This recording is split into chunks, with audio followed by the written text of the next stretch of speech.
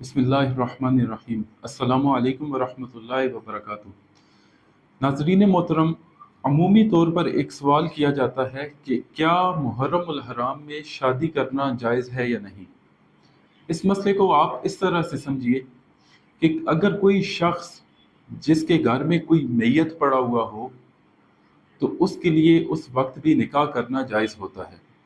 अलबत्ता इस सवाल को इस तरह से होना चाहिए कि क्या मुहर्रम में शादी करना चाहिए या नहीं।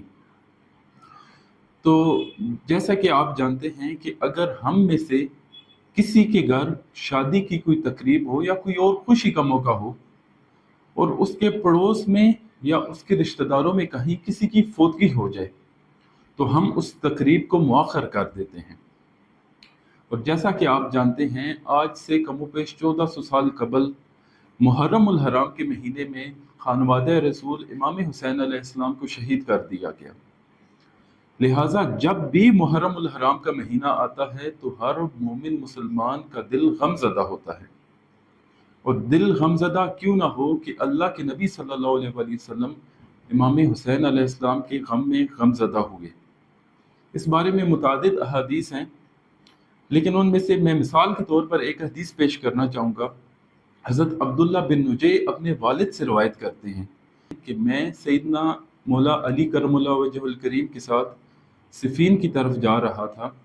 जब हम नैनवा के मकाम पर पहुंचे तो सैयदना मौला अली ने दरिया फुरात के किनारे खड़े होकर सदा दी, फरमाया अस्बिर अबा अब्दुल्ला, अस्बिर अबा अब्दुल्ला। अबू अब्दुल्ला सैयदना इमाम हुसैन अलैहिस्सलाम की कुनियत है। फरमाया कि ए अबू अब्दुल्ला सब्र करना, ए अबू अब्दुल्ला सब्र करना। तो वो कहते हैं कि मैंने अर्ज़ की कि अमीरुल मोमिनीन क्या बात है, क्या हुआ है। तो उन्होंने फरमाया कि मैं एक दिन हुज़ूर नबी करीम सल्लल्लाहु अलैहि वसल्लम के पास हाजिर हुआ तो मैं क्या देखता हूँ कि आपकी आंखों से आंसू जारी हैं। मैंने अर्ज़ की कि या रसूलल्लाह सल्लल्लाहु अलैहि वसल्लम, किस बात ने आपको गमज़दा किया है। तो अल्लाह के हबीब सल्लल्लाहु अलैहि वसल्लम ने फरमाया कि हज़रत जिब्रील अलैहिस्सलाम मेरे पास आए और उन्होंने मुझे ये खबर दी कि मेरे बेटे हुसैन को फुरात के किनारे शहीद कर दिया जाएगा। तो मैं अपने आंसू ना रोक सका।